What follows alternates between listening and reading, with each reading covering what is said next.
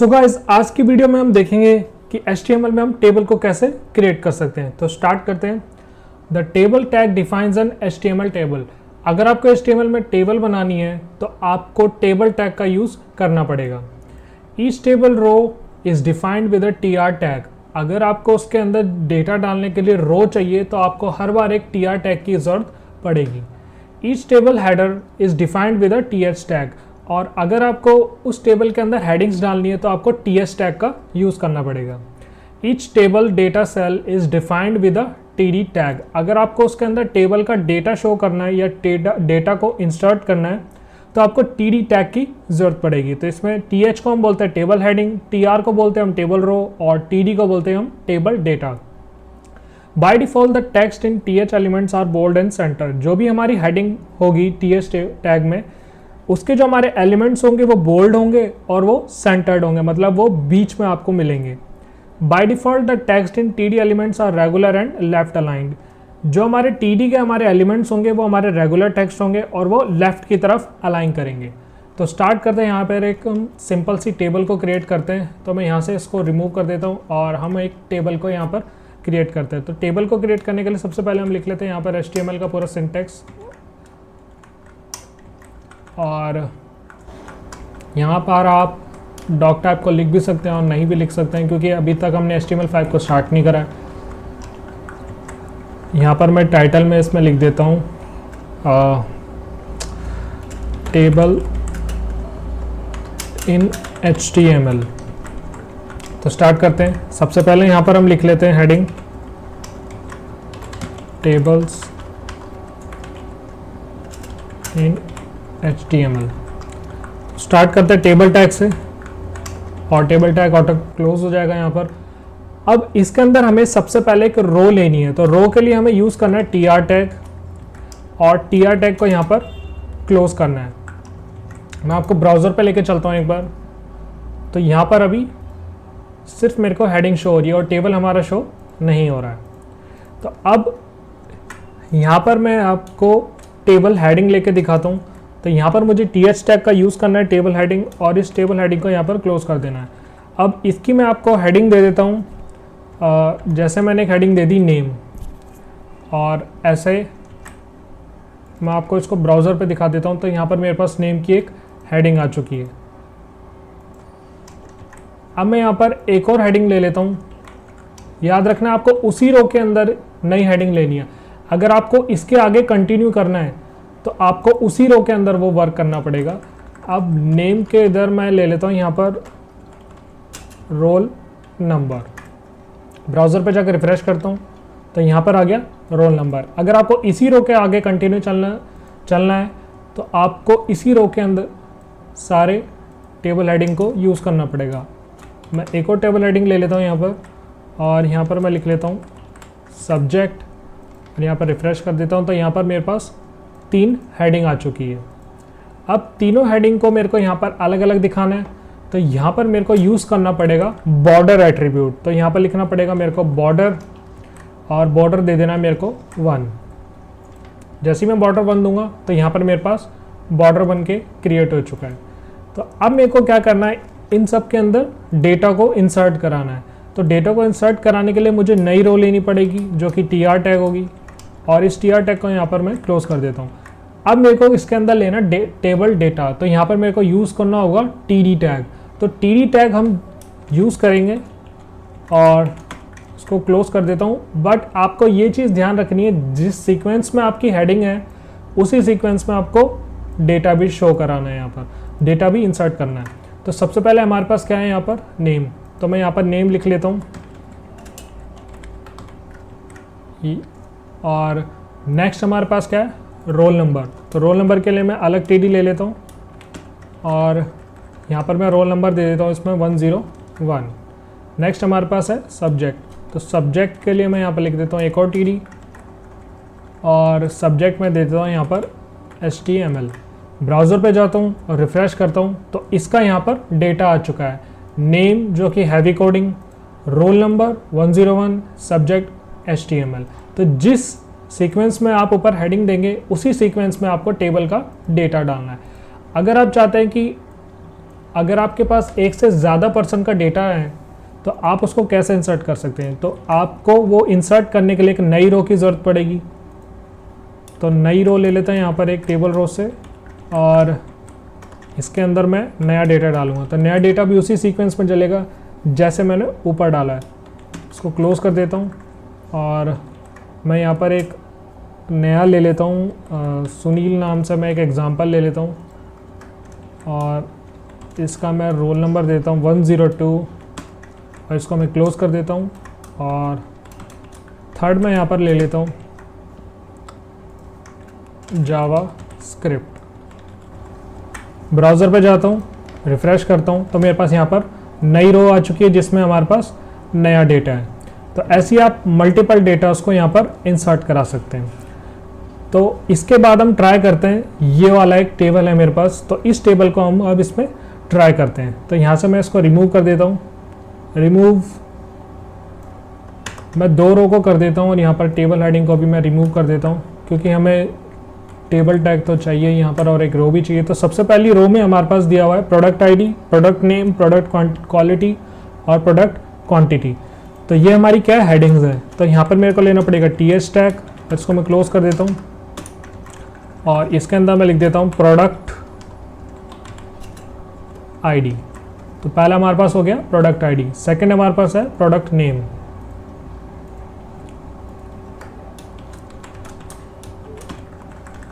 मैं यहाँ पर लिख लेता हूँ प्रोडक्ट नेम।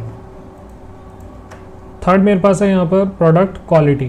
तो प्रोडक्ट क्वालिटी के लिए मैं यहाँ पर एक और टेबल हेडिंग ले लेता हूँ और इसमें लिख देता हूँ प्रोडक्ट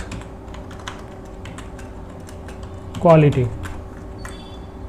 और लास्ट में मेरे पास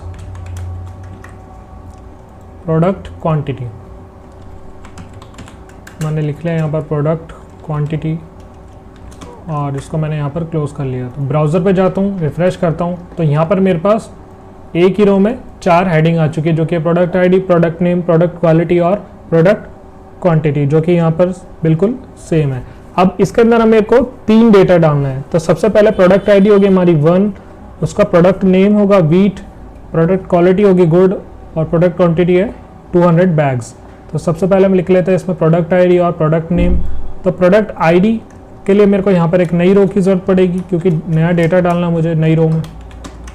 और डेटा क्या है, टेबल डेटा टीडी और डेटा है मेरा आईडी 1 है यहाँ पर।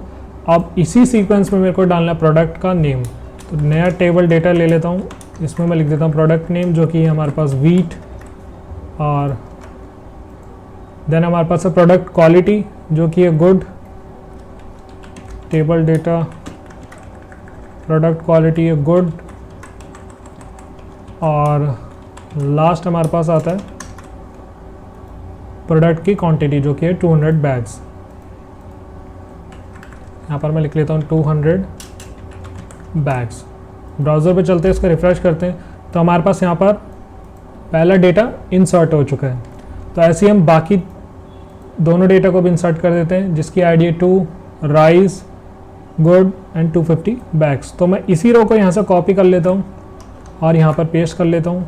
यहाँ पर मैं सिर्फ डेटा को चेंज कर देता हूँ। दूसरा मेरे पास rice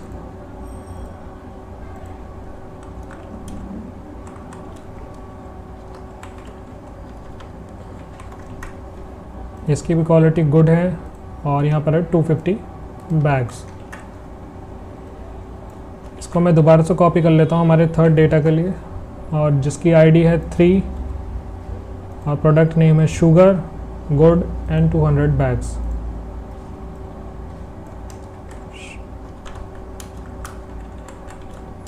sugar good and 200 bags.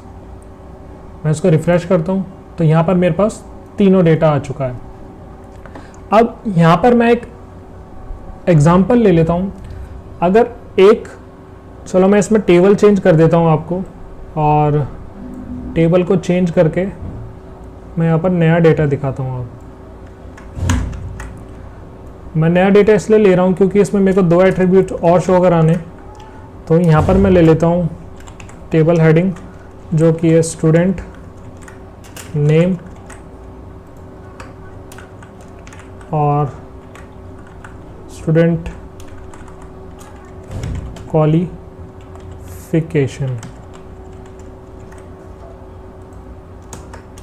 Then student grade. मैं यहाँ पर 3 हेडिंग ले लेता हूँ और यहाँ पर मैंने तीनों हेडिंग डाल दी है। मैं एक और यहाँ पर हेडिंग ले लेता हूँ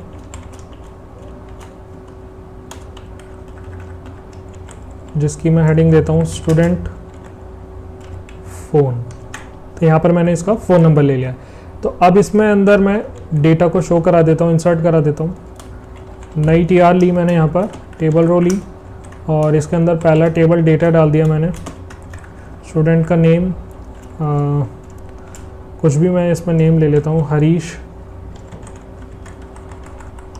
और टेबल डेटा में नया डेटा मैं इसमें इंसर्ट कर देता हूँ। स्टूडेंट की क्वालिफ़िकेशन तो मैं यहाँ इसमें डाल देता हूँ BCA और टेबल डेटा में मैंने एक और टेबल डेटा लिया। स्टूडेंट की ग्रेड मैं यहाँ पर इसमें ग्रेड डाल देता हूँ A ग्रेड और स्टूडेंट का फ़ोन नंबर ले लेता हूँ मैं यहाँ पर। ऐसे ही मैं रैंडम नंबर एक ले लेता हूँ और एक और डेटा मैं यहाँ पर कॉपी कर लेता हूँ। Ctrl C से मैंने पेस्ट करा और एक और डेटा ले लिया मैंने। इसका मैंने नाम दे दिया शुभम, नाम दे दिया मैंने इसका, जो कि इसने करी है BCA और इसका भी मैं A ग्रेड ही दे देता हूँ। और फ़ोन नंबर में यहाँ से थोड़ा इसका चेंज कर देता हूँ 65, मैं से यहाँ पर इसका चेंज कर दिया। ब्राउज़र पे जाता हूँ, रिफ़्रेश करता तो यहाँ पर मेरे पास 2 डेटा आ चुका है, स्टूडेंट ग्रेड क्वालिफ़िकेशन एंड यहाँ पर स्टूडेंट का नेम, ग्रेड, फ़ोन नंबर और क्वालिफ़िकेशन। मैं फ़ोन नंबर में एक और डिजिट ऐड कर देता हूँ इसमें 8। तो यहाँ पर मेरा ये सेम हो चुका है। अब इसके अंदर क्या हो सकता है कि एक स्टूडेंट का एक से ज़्यादा भी फ़ोन नंबर हो सकता है और एक स्टूडेंट की क्वालिफ़िकेशन भी एक से ज़्यादा हो सकती है। तो यहाँ इसके अंदर मैं यहाँ पर एक से ज़्यादा दिखाना चाहता हूँ क्योंकि हमारे पास हेडिंग तो एक ही बॉक्स के लिए है और यहाँ पर मेरे पास है सिंगल बॉक्स, यहाँ पर भी है, बट मैं यहाँ पर 2 वैल्यूज़ को कैसे इंसर्ट करा सकता हूँ। अगर किसी स्टूडेंट की क्वालिफ़िकेशन BCA भी है, उसके बाद उसने MCA भी करा हुआ है, तो यहाँ पर डबल डेटा को मैं इंसर्ट कैसे करा सकता हूँ। तो पहले भी इसको जान लेते हैं कि वो कैसे होगा। तो उससे पहले मैं आपको बता देता हूँ, ये हमारे पास कॉलम्स हैं जो कि वर्टिकल हैं और ये हमारे पास रोज़ हैं। तो हमें अब कितने चाहिए इसमें, इस रो के अंदर मेरे को कितने कॉलम चाहिए, यहाँ पर 2 कॉलम चाहिए, तभी हमारे पास वहाँ पर 2 डेटा शो होएगा। तो यहाँ पर हम चेक कर लेते हैं, जो कि हरीश का है स्टूडेंट क्वालिफ़िकेशन BCA।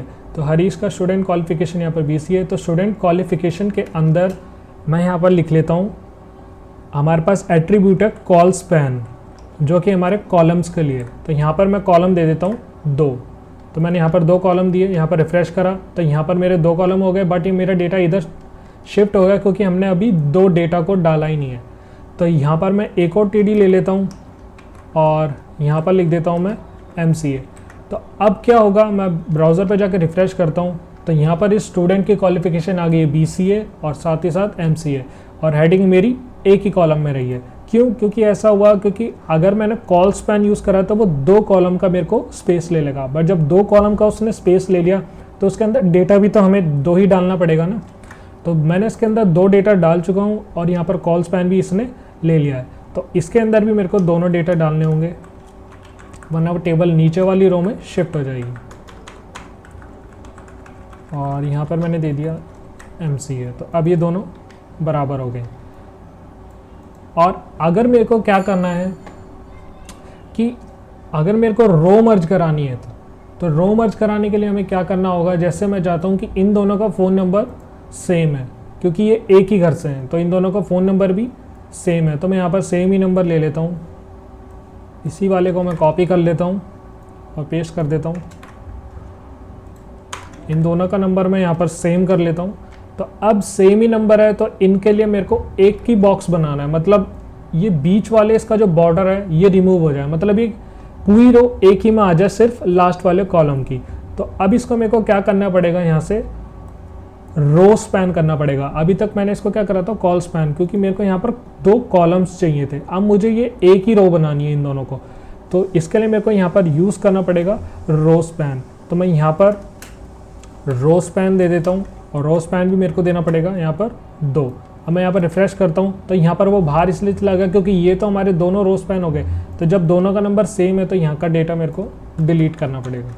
तो यहाँ का डेटा मैंने जैसे डिलीट करा तो मेरा फ़ोन नंबर अगर दोनों का सेम है तो उसने रो स्पैन से क्या करा, दोनों रो को मर्ज कर दिया है। तो ये हमारे पास 2 एट्रीब्यूट है, रो स्पैन और कॉल स्पैन। और एक और एट्रीब्यूट इसमें जो कि मैंने आपको पिछली वीडियोस में बताया हुआ है, जो कि विड्थ। अगर आप टेबल की विड्थ देना चाहते हैं तो मैं इसकी विड्थ दे देता हूँ 600, और ब्राउज़र पे जाकर रिफ्रेश करता हूँ तो ये मेरा 600 की ये विड्थ ले लेगा। अगर मैं यहाँ पर इसमें लिखता हूँ 900 तो ये 900 की विड्थ ले लेगा। तो ऐसे हमने देखा यहाँ पर कॉल स्पैन और यहाँ पर हमने देखा रो स्पैन। सो गाइस, इस वीडियो में इतना ही। Thank you.